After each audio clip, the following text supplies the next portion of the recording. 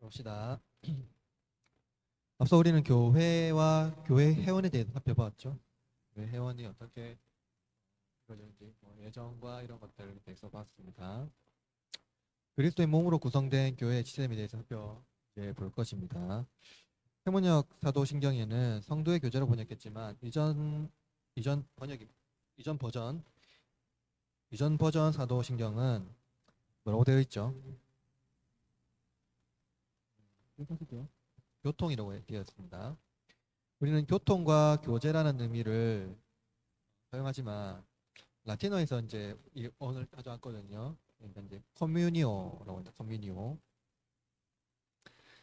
커뮤니언이라고 생각하면 됩니다. 커뮤니언. 교제 어떤 또 연합 참여 정도로 번역. 교제 연합 참여 정도로 번역을 가능합니다. 그래서 이제 세 번역에서는 이를 교제로 번역합니다. 펠로우십으로 번역했는데 펠로우로 말하면 이제 코이노니아. 많이 들어봤죠? 코이노니아입니다.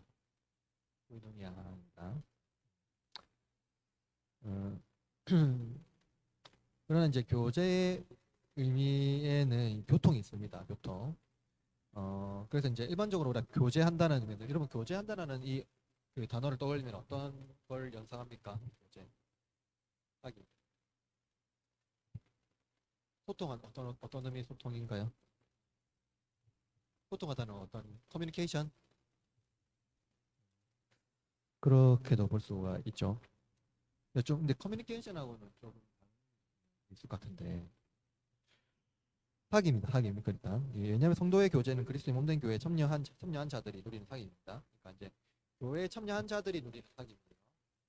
근데 이 사김의 기초에 뭐가 있을까요? 사김의 기초에는 참여하는 게 사김이 있어야 돼.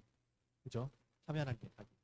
제가 전에도 얘기했는데 태초에 누가 계셨죠? 태초에 누가 계셨죠? 네, 삼위 하나님이 계셨잖아요. 성부만 계셨습니까? 아니요, 성부, 성자, 성령 같이 계셨어요. 그죠? 네, 이걸 잊으면 안 돼요. 성부만 계신 거 아닙니다. 성부, 성자, 성령 같이 계셨어요. 네, 거기서 뭐 하셨죠? 교제하셨어요, 교제. 사기. 그죠? 교제하셨어요. 그래서 온 세상이 창조된 원리가 뭐냐면요. 성부, 성자, 성령의 사귐이 있어요. 교제. 그죠? 그죠? 그런데 이제 뭐예요? 어, 그래서 이 사귐에 의해서 세상이 창조되었고 우리도 하나님이 자기 형상대로 인간을 창조하신 것도 사귐이 한 거예요. 그러니까 하나님 우리를 왜 창조했을까요? 예를 들어서 로마 신화라던가 다른 것들 신화에 보면은 그도 신이 인간 창조하거든요. 근데 신이 인간을 왜 창조했습니까? 신화에 의하면 로마 신화라던가 그리스 신화에 의하면 올림푸스의 신들이 왜 인간을 창조했습니까?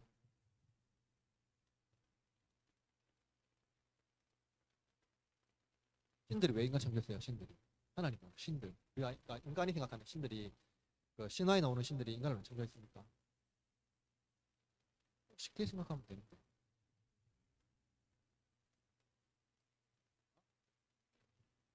배타 지내려고 쉽게 말하면 심부름 시키려고 일 시켜 먹으려고 진짜 그래요. 네, 진짜요. 근데 신들이 언제 인간을 심판하십니까? 예, 너무 귀찮게 하고 시끄러우니까 인간을 심판하는 거예요. 로마 신화에 보면 나와 있거든요. 근데 하나님은 인간을 창조했습니다. 여기서 보세요. 로마 신화라든가 그런 신화에서는 인간과 신은 분명히 차이가 있죠. 그죠? 그죠? 근데 하나님은 인간을 창조했습니까? 그렇죠.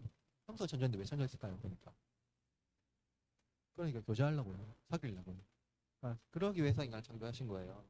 인간은 뭐 존재로 그냥 뭘 하려고 하는 그래서 이제 그런 거예요. 그래서 삼위 하나님의 마련하신 그 은혜에 참여하기 위하여서 그를 또 창조하셨고 그 기초가 되는 게 이제 교통이라는 독특한 언어가 있는 거예요. 하니까 왕래하는 거예요. 왕래하는 거.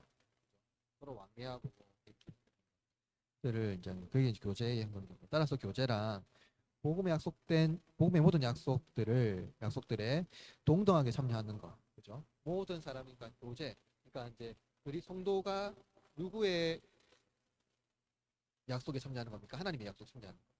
또는 그리스도와 그의 모든 은덕과 또한 교회 구성원의 각각 지체들에 주어진 은사를 공동으로 소유하는 거. 이게 사기. 헬라어로 사귐이 코이노니아라고 했잖아요. 그럼 이 사귐을 가장 잘 보여주는 직분이 어떤 직분일까요? 집사예요, 집사. 왜 그럴까요? 집사의 직분이 왜 이 사귐을 가장 잘 보여줄까요? 음, 그 코이노니아 직분이 집사거든요. 그래서 이제 그 교회 소유를 관리하는 직분인데 그건 뭡니까? 교제를 위해서 관리합니다. 봅시다. 그럼 첫 번째로 모든 성도들이 그리스도와 연합됨이 이제 중요합니다. 이 성도의 교제에서요. 어, 이 성도의 교제는 커미니오 상크트룸이라고 하는 라틴어에서 번역한 건데 뭐냐면은 성도의 교제, 아니, 지금 정확히 말하면 거룩한 교제, 거룩한 것들의 교제라는 의미. 우리는 이를 성도의 교제라고 말하는데 거룩한이라는 의미는 뭡니까? 거룩한이라는 의미는 삼위 하나님의 존재적 의미에서 파생된 거예요. 누가 거룩합니까? 하나님만 거룩해요. 그렇죠? 거룩함. 거룩함이라는 의미는 삼위 하나님에만 딱 되는 거예요. 있는 거예요. 근데 이제 하나님과 교제하는 자들의 특징을 이제 이 성도의 교제라고 말하는 거예요. 그죠? 그러니까 다른 어떠한 교제가 거룩한 교제라고 말하진 않거든요. 그죠? 근데 성도의 교제만 거룩한 교제다. 성도 교제 자체가 거룩한 교제다 하는 거예요. 그래서 이 교제는 그리스도와 연합된 신자들이 누리는 거예요. 이를 가장 잘 보여주는 말씀이 요한 1서 1절 1장 1절에서 3절인데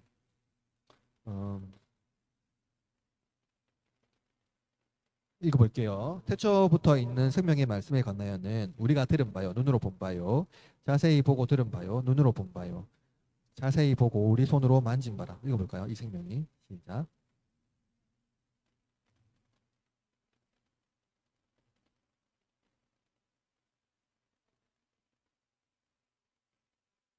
우리가 보고 들은 바를 너희에게도 전함은 너희로 우리와 사귐 있게 하려 함이니 우리의 사귐이 아버지와 그 아들 예수 그리스도와 더불어 누림이라. 더불어 누림이라. 그죠? 그래서 요한은 생명이신 그리스도께서 사도들에게 나타나셨다라고 말해요. 그죠? 사도들이 나타나셨죠. 생명이신 그리스도께서 사도들에게 나타나셨고 이를 온몸으로 경험한 사도들이 증인이 되어서 보고 들은 바를 어떻게 합니까? 증언해요. 증언하는 거죠. 그죠? 여기서 핵심은 뭐예요? 사도들이 그 증언을 들은 자들과 사귐 있게 하려는. 사도들은 미리 보았잖아요. 사도들은 증인이잖아요. 증인. 그러면은 그 증언을 듣는 자들은 누굽니까?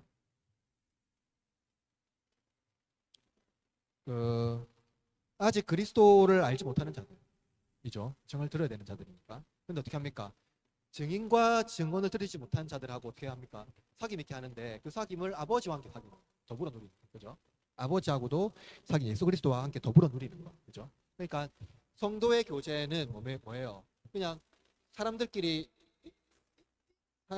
서로 간에 이제 교제하는 거예요. 그 교제에 누가 핵심인 거죠? 우리들끼리만 좋아서 어울려서 노는 게 그 성도의 교제인가요? 누구하고 더불어 누리는 거죠?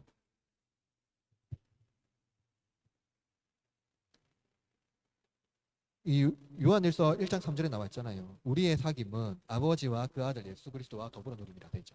뭐라고요? 우리의 사귐은 아버지와 그 아들 예수 그리스도와 더불어 누림이라. 그죠? 더불어 누림이라 되어 있잖아요. 그죠? 그래서 그리스도에 대한 선포를 통해서 그러니까 그리스도에 대한 증언을 들음으로 말미암아서 이 소식에 적극적으로 반응하는 사람들이 그리스도의 사귐에 참여하게 된다는 겁니다. 즉 그래서 이제 말씀 선포를 통해서 성령님께서 그 사람과 그리스도 사이 이런 생명적 관계를 형성하고 복음에 참여하는 자들이 그리스도와 신비한 몸을 이루게 되는 거예요. 여러분 지난주에 우리가 신비한 몸 배웠죠. 신비한 몸. 신비한 몸이 뭐죠? 그리스도의 교회, 그죠? 교회에 지체되는 것들. 그게 신비한 몸이라고 했잖아요. 그게 뭡니까? 그냥 지체대로 끝나는 것이 아니라 교제로 형성된다 하는 거예요. 이렇게 보면은 그리스도와 연합된 교제는 교회의 회원이 누리는 특징이라고 할 수 있어요. 그죠? 교회의 회원이 누리는 특징. 자, 그렇게 그리스도의 지체가 된 진자는 그리스도께서 우리에게 가져다 주신 모든 유익의 수혜자가 돼요. 그죠? 그리스도께서 우리에게 주신 모든 유익의 수혜자예요. 그게 아주 단순하게 생각해 봅시다. 그리스도께서 우리에게 주신 유익이 뭡니까? 아주 단순하게. 예수님이 누구죠? 구원자뿐만 아니라 그러니까 우리에게 주는 수혜가 뭐예요? 유익이 뭐예요? 그러니까 하나님이니까 누구 겁니까? 뭐 예수님 거잖아요. 그럼 우리의 수익이 뭐예요? 우리에게 주는 그 유익이 뭐예요? 하나님 것도 예수니까 예수 그리스도께서 행하신 모든 것들이 우리에게 유익이 된다고 했잖아요. 그럼 뭐예요? 하나님이 것이 다 우리 거에 되는 거예요. 그러니까 우리가 하나님 상속자가 된다고 하잖아요, 바울이. 하나님 거룩한 자녀요, 우리 하나님 상속자가 된단 말이잖아요. 이게 굉장히 중요해요. 그러니까 여러분 이제 이 유익이라는 말을 우리가 너무 이 땅에 있는 유익에 비해서 하찮게 보는 것 같은데, 그러니까 이거예요, 여러분. 우리가 사실은 자꾸 사후세계 있냐 없냐 이렇게 따지잖아요. 맞잖아요. 사후세계 있냐 없냐. 진짜 우리가 죽으면 천국에 이렇게 말하잖아요. 그죠? 사람들이 막 영혼이 뭐 있냐 없냐 이렇게 말하잖아요. 이렇게 말하잖아요. 근데 이제 사실은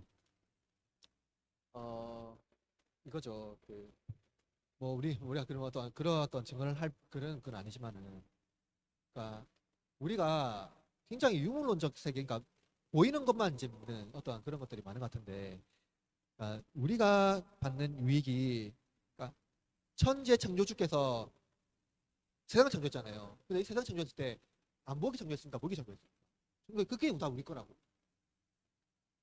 그러니까 우리가 자꾸 관념적으로만 생각하는데 그게 아니라 하나님께서 만드신 모든 유익이 우리의 유익이 된다 하는 걸 여러분 기억해야 돼요. 그죠? 그래서 이 유익이 마치 이 땅에 있는 것보다 굉장히 뭔가 좀 관념적이고, 어떤 좀 플라톤적이고, 플라톤에서 벗어나야 됩니다. 플라톤은 관념이거든요. 저 하늘에 있는 어떤 허상을 말하는데 아니에요. 우리는 아니에요. 아닙니다. 그러니까 예수님께서 주신 모든 유익, 하나님의 아들이 된 우리, 자녀가 된 우리가 하나님 상속자가 된다는 것은 하나님께서 창조하신 이 모든 세계의 그러니까 세계의 소유자가 됩니다. 소유자. 인정한 거죠. 이게 이제 이 교제에 이제 누리게 되는 거예요. 그래서 그리스도와 교제가 없다면 이 모든 은덕은 누리지 못하는 것입니다. 근데 그와 교제함으로써 우리가 누리는 은덕은 비할 수 없는 은혜에 참여하는 것입니다. 이것은 그리스도께서 이루신 일을 믿는 것으로 교제에 참여하게 됩니다. 그리스도께서 이루신 일을 믿는 거죠. 교제가 그 행하신 일에, 교제란 이제 예수님이 행하신 일에 참여하는 것이고, 이는 믿음으로만 참여할 수 있기 때문에 그리스도를 믿는 모든 사람은 다 그리스도의 신비한 몸에 이루는 지체가 된다는 거예요. 다른 말로 말하면 지체가 되고 하나님의 자녀가 된다는 거죠. 그래서 신비한 몸이란 그리스도의 공로가 아무것도 한 것 없는 자들이 행한 것으로 여겨지는 신비한 참여라고 말하고 있는 거예요. 커뮤니오, 참여하다. 여러분 성찬하잖아요. 우리가 성찬을 또 라틴어로 말하는 줄 아닙니까? 커뮤니오라고 해요. 커뮤니오라고 해요. 참여하고 교제하는 거. 알겠죠? 그래서 이제 우리가 예수님과 함께 교제하는 것만으로 포도나무이신 예수님이 붙어있는 가지가 된다 하는 겁니다. 알겠죠? 이 뭡니까? 성도의 교제가 누구에게 참여하는 거라고요? 예수님께 참여하는 거예요. 알겠죠? 예수님이 우리의 교제의 핵심입니다. 두 번째로 교제에 참여한 신자의 의무가 있습니다. 그럼 교제하면 이제 신자의 의무가 있어야 돼요. 의무가. 그죠? 그냥 뭐 의무 없는 건 이 의무라는 것은 다른 게 아니라 신자로서 이제 어떤 의무가 이제 주어진다는 거죠. 그리스도의 교제에 참여한 신자는 주어진 은사를 누리게 됩니다. 너무 많은 은사를 누리게 되는 거죠. 제일 큰 은사가 뭘까요? 영생이죠. 영생. 의와 생명을 얻잖아요. 죄와 사망에서 의와 생명으로 변화되는 거잖아요. 예. 여러분, 최근 은사를 잘못된 방식으로 사용하는데 대부분 자신의 능력을 과시하기 위해 사용합니다. 이 은사를요, 사람들이. 그죠? 여러분, 우리 중에 어떤 사람 중에 뭐 좀 독특한 은사를 받은 사람이 있어요. 근데 그 은사를 어떻게 사용합니까, 사람들이? 특별한 은사로 사용해요. 내가 특별한 하나님의 은사를 받았다. 내가 이 권세를 받았다. 하고 어떻게 합니까? 이제 사용하는 거죠. 자신의 권세를 위해서. 그래서 그렇게 사용하면 안 된다는 겁니다. 그러니까 은사는 자신의 능력을 과시해서 사용하는 것이 아니라 삼위 하나님의 성품에 의한 성품. 누구예요, 성품? 하나님의 성품. 아버지는 우리를 위하여 아들을 주셨죠. 아들은 자신을 내어주심으로 우리의 구속주가 되셨고, 성령은 자신을 숨기시며 아버지와 아들이 행하신 일을 알게 하신다는 거죠. 그렇다면 삼위 하나님은 우리를 위하시는 분이라는 것을 알 수 있어요. 뭐라고요? 우리를 위하시는 분. 이처럼 은사가 자기를 위하여 사용되지 아는 것 같지. 예수님께서 하나님께서 성령께서 정말로 창조주시잖아요. 하나님이시잖아요. 근데 그 은사를요, 하나님과 성자와 성령이 자신을 사용하지 않고요, 우리를 위하여 사용하신다고요. 우리를 위하여 사용하신다고요. 그죠? 어. 그래서 우리 또한 우리 자신을 위하여 사용하지 않고 이웃을 위하여 사용해야 된다. 무엇을? 은사를. 그죠? 은사를. 그러니까 이게 하나님의 성품과 같은 거예요. 그러니까 여러분, 우리가 예수 그리스도를 믿고 하나님에 의해 참여하고 그 수혜를, 엄청난 수혜를 받은 사람이라면 그 수혜자의 어떤 성품을 닮아가야 된다는 것을 말하고 있는 거예요. 그래서 그리스도의 신비한 몸에 참여한 신자는 다른 지체들의 복지와 유익을 위해 살며 그렇게 사용되기를 기뻐해야 한다 하는 거예요. 성경에는 구체적인 지침이 있어요. 이 글라우디오 황제, 이제 로마 황제가 있었는데, 그때 이제 44년에서 약 1세기 44년 48년경에 유대에 큰 흉년이 발생합니다. 이때 안디옥에 있는 신자들이 유대에 있는 형제들에게 연보를 보내요. 구제금을 보낸 거죠, 구제금을. 그래서 이제 섬겼거든요. 유대에게 엄청난 큰 환난이 온단 말이에요. 근데 안디옥에서 이제 그것을 보냅니다. 이것은 교회 지체됨을 나타내는 표지로서 교제를 보여주는 중요한 동기라고 할 수 있어요. 그죠? 그러니까 환난 맞는 우리의 타교잖아요. 사실 우리 따지면 타교잖아요. 그러니까 우리 오늘날 따지면 뭡니까? 우리랑 상관없는 사람들이잖아요. 오늘날 따지면. 근데 이때는 그렇지 않았다고요. 그냥 한 형제였다고. 원래 교회가 한 형제였잖아요. 그래서 그들의 환난을 모른 척할 수가 없는 거죠. 그래서 그 연보를 보내고, 성경에서 연보를 보내고 도와주는 때가 있습니다. 그리고 이제 고린도후서 8장 9절에는 가난한 자들, 고통받는 자들을 위한 연보를 또 수행합니다. 그래서 예루살렘에 있는 형제들에게 또 보내거든요. 바울은 이 연보를 어떻게 표현하냐면 은혜, 교제, 봉사라고 표현했어요. 은혜, 교제, 봉사. 이 연보를. 우리는 연보가 뭔지 알죠? 우리는 성도를 돌보고 섬기는 일이 교제라고 생각하지 않고 구제라고 생각하는 경향. 그죠? 우리는 성도를 돌보고 섬기는 행위를 교제로 생각 안 해요. 그냥 사귀고 노는 걸 교제로 생각하죠. 어울리고. 이제 우리보다 연약한 사람이나 환난한 사람들을 돕는 것을 교제라고 생각합니까? 보통 구제라고 생각해요. 구제 또는 복지, 돕는 것. 근데 성경은 뭐랍니까? 그것을 교제라고 말한다. 구제라고 말하지 않고 교제라고 말한다. 정말 정말로 좋은 어떤 모델 아닙니까? 구제를 돕는 행위, 후원자로서 상호적인 관계를 머무는 것이 일반적인 사회 특징이에요. 구제는 그냥 돕는 거죠. 교제가 아닙니다. 구제는 후원자로요. 후원자. 내가 돕는 거니까요.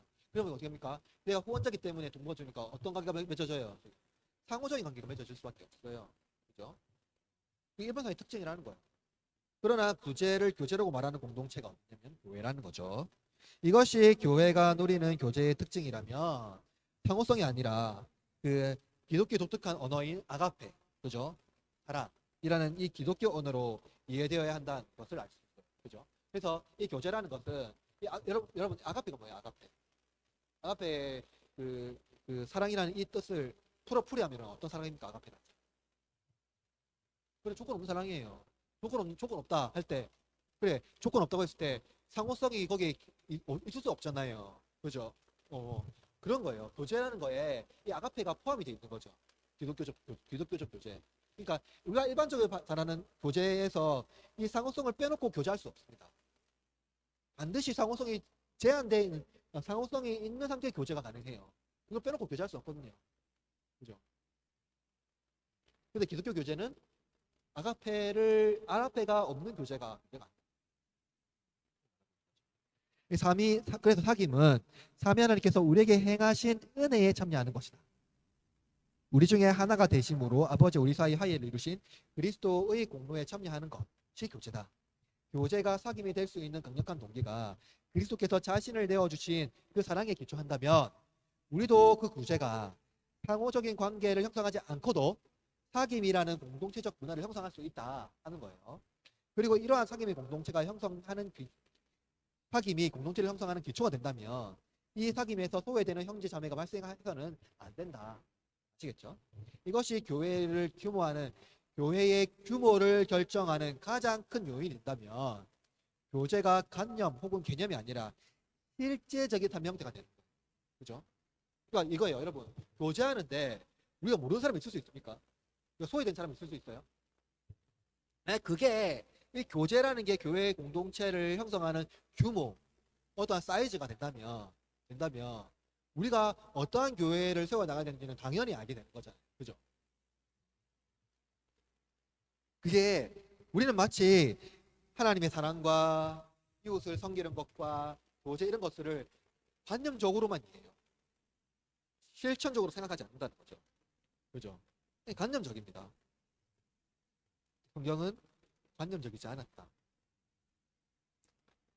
우리는 현실적으로 우리와 친교하기 원하시는 삼위 하나님의 교제에 참여하는 성도로서 이웃과 교제를 실천하는 교회 교회 공동체를 구성합니다. 여러분, 하나님이 우리의 감정적으로 사랑합니까? 아니죠. 여러분을 자녀를 감정적으로 사랑하네요. 감정적으로. 야, 너 사랑하는 거 알지? 하고 그냥 끝나요. 개념이 아니잖아요. 우리한테 사랑인 거죠. 여러분, 우리한테 자녀를 사랑하는 거는 개념이 아닙니다. 실천하는 거예요. 그죠? 그잖아요. 실제잖아요. 하나님이 아들을 그냥 내어준다라고 말하는, 내가 너 사랑한다, 알고 있지, 내가 너 사랑하는 거 잊지 마라, 이렇게 말했습니까? 안 했죠. 아들을 내어주셨죠. 실제로 오셨잖아요. 그냥 실질적인 현상이에요. 현상. 아가페라는 게. 그러니까 우리는 자꾸 하나님의 사랑을 간접적으로 생각하고 막 이렇게 하는데 아닙니다. 교제라는 것은 실제 우리의 삶의 형태로 나타나야 된다. 아가페로. 그러므로 제안하자면 여러분의 가정에 성도를 초청하여서 함께 식사 또는 차를 나누며 교제하는 것을 한 달에 한 번 혹은 가능한 시간에 하면 좋겠죠. 주일 저녁에 가정에 초청하여서 식사 교제 나누면 그냥 더욱 친밀한 사귐이 될 겁니다. 여기서 이제 중요한 거는 상호성을 배제하는 거예요. 상호성을 배제합니다. 그리고 이제 만약 그들의 문제를 알게 된다면 어떻게 됩니까? 똑같이 긍휼히 여겨야 돼요. 긍휼히 여기고 그를 위해서 기도해야 되겠죠. 그리고 뭐 어디 가서 뭐 소문을 내거나 이렇게 하면 안 되죠. 이러한 어떠한 기독교 공동체가 중요합니다. 이러한 애씀이 교회를 건강하게 만들고 거룩한 하나님 성품에 참여하는 신자 교제가 되지 않을까 생각합니다. 자, 그럼 56문제부터 56문 제3에 대해서 시작. 계속 읽겠습니다.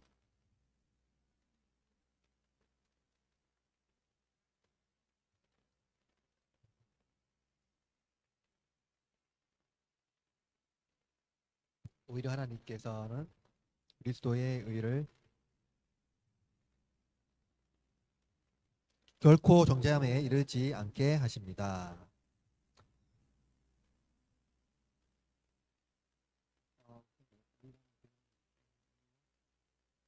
주시면. 예. 못합니다. 죄송합니다.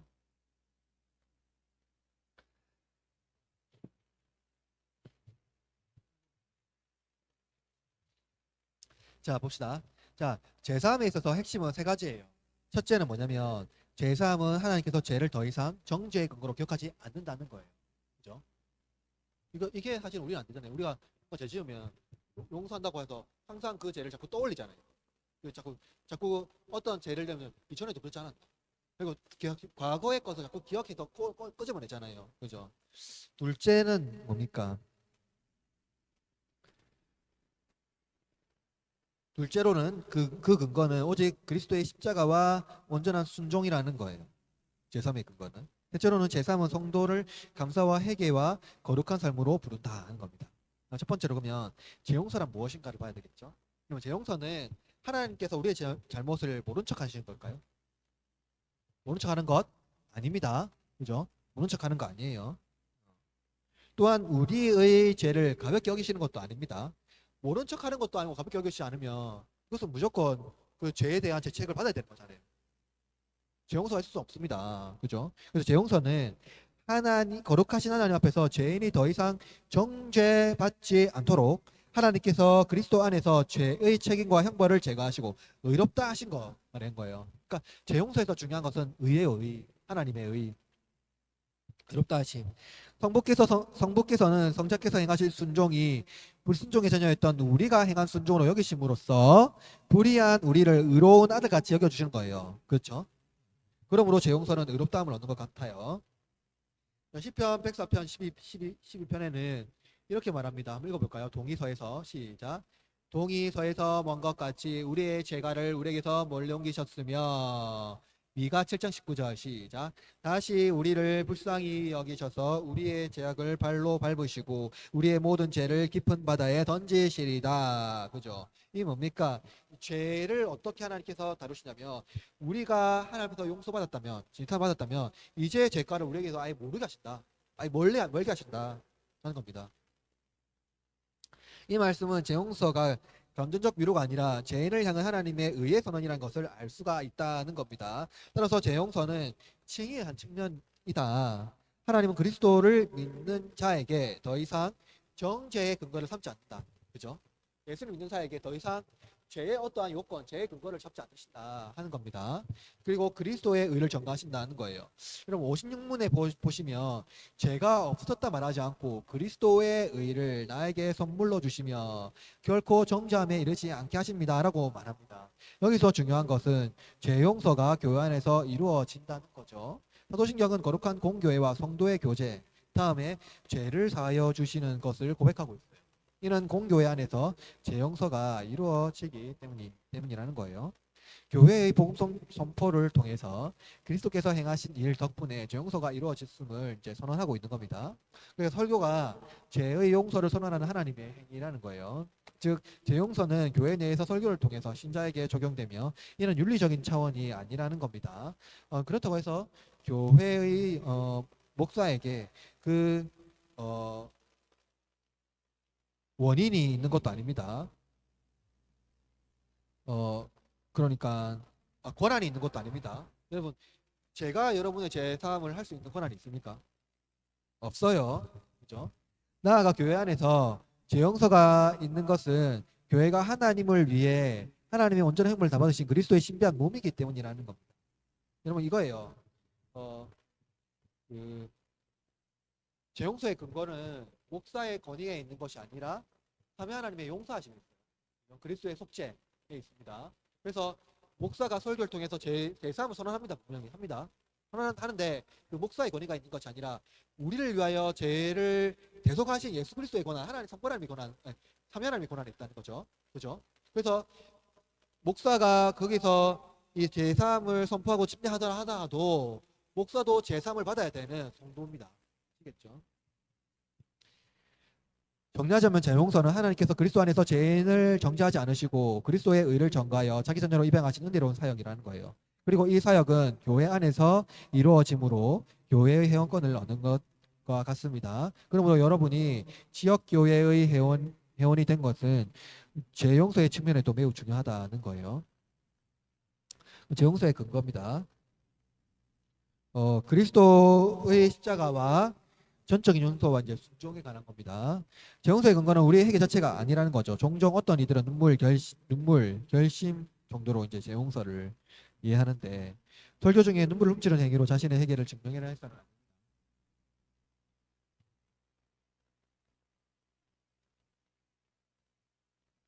나의 슬픔을 눈물로 증명하는 것은 좋은 게 아니에요. 나의 회개를 어떠한 것으로 증명하는 건 좋은 거 아닙니다. 그렇죠? 재용서의 유일한 근거는 하나님께서 자신의 의를 만족시켰기 때문에 라고 말합니다. 그래서 56문에 말하고 있고요. 그리스도께서 만족해 하심은 하나님께 더 이상 죄인들의 죄를 기억하지 않으시다고 말씀하는 거예요. 그래서 아시다시피 만족은 그리스도께서 하나님의 의와 율법을 요구하는 요구를 온전히 이루신 것을 뜻합니다. 그리스도는 우리의 죄책을 대속하셨고 불순종한 우리를 대신하여 완전한 순종의 제사를 드렸다는 거죠.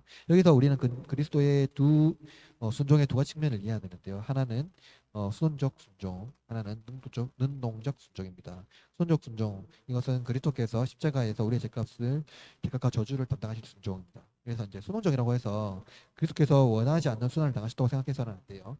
그리고 자발적으로 고난 당하셨죠. 예수님은요.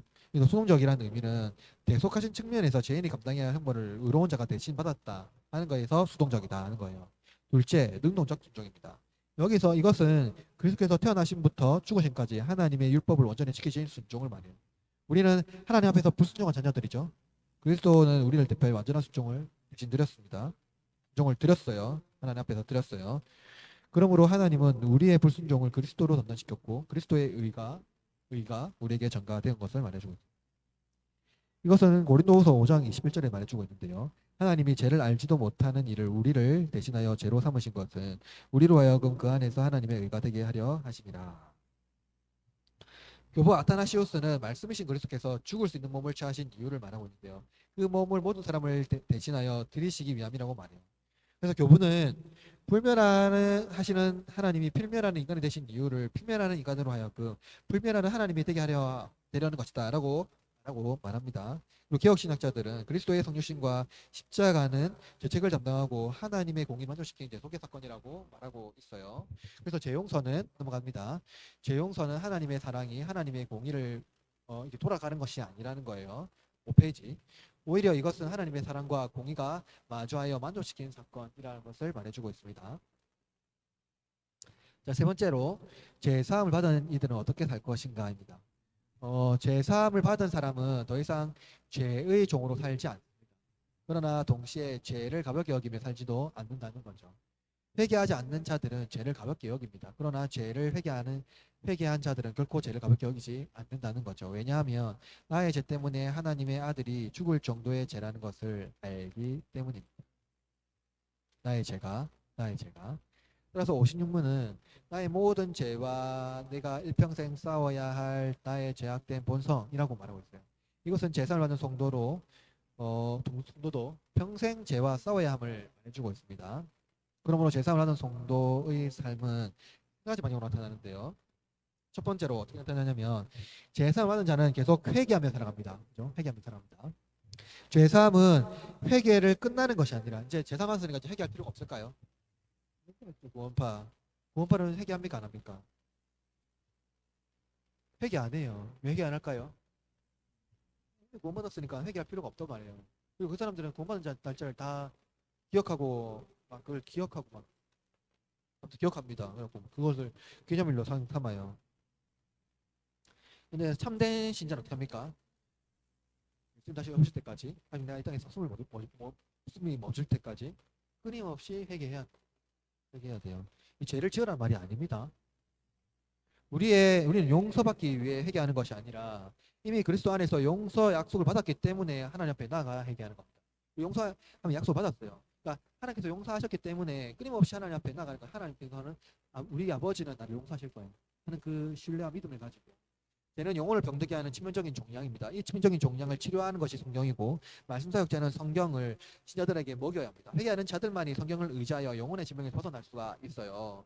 회개한 자들은 죄를 미워하시는 성령 하나님의 성품을 의지하여 지속적으로 회개 자리에 나아가야 한다는 거죠. 둘째로 제사만 자들은 감사의 매를 드렸습니다.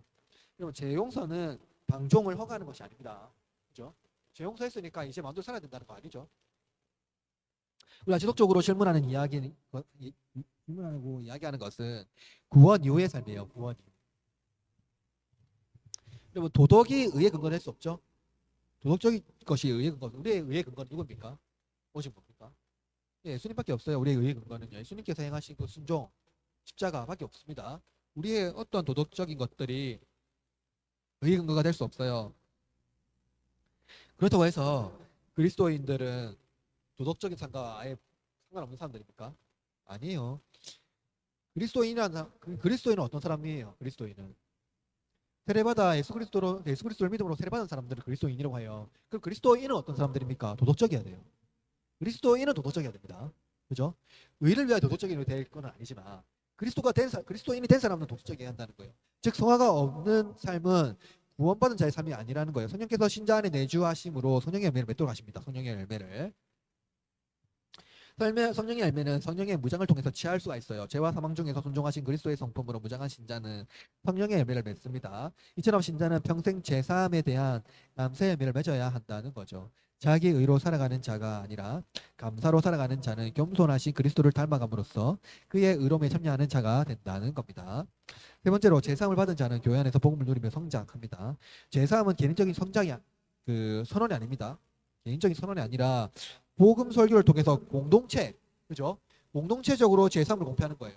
그러니까 여러분, 우리가 교회 안에서 공적으로 제사함을 선언하거든요. 그러니까 여러분, 만약에 누군가에게 신자가 죄를 지었다 하면은 내가 아무도 몰래 고해성사하면 됩니까? 모의성사, 우리 모의성사 하는 거 아니에요. 우리 공적이어야 돼요. 그죠? 사적인 재용서가 아니라 공적인 재용서라는 거예요. 그리고 또 공적인 재용서를 하려면 어떻게 됩니까? 제지연자한테. 어떻게 돼요? 예, 우리가 하나님 앞에 재용서가 아니라 하나님께서는요, 너의 이웃과 화해하고 와서 예배드리라고 하거든요. 어? 너의 이웃과 화해하고 와서 예배드리라고. 그러니까 만약에 내가 누군가에게 피해를 입다, 사교가 뭐랬죠? 사교가 뭐랬죠? 예수 그리스도를 믿고 예수 그리스도가 가지면서 내가 너희 집에 유하겠다 하고 나서 사교가 했던 말은 뭡니까? 내가 다른 사람을 치어에 빼앗은 것이 있다면 내배놨겠다. 그게 뭡니까? 내가 다른 사람께 죄를 지게 있다면 다 갚겠다 이런 거잖아요. 그죠? 그게 그리스도인의 신장. 그러니까 여러분이 만약에 누군가에게 피해를 끼치거나 혹은 누군가에게 상처를 준 일이 있으면 어떻게 됩니까? 하나님께 용서를 구하고 또한 뭐 해야 됩니까? 또한 뭐 해야 돼요? 하나님께 용서를 받고 구하고 나서 하나님께 용서를 받았으니까 나는 이제 그 사람한테 죄 없다 이렇게 말해야 됩니까? 어떻게 해야 될까요?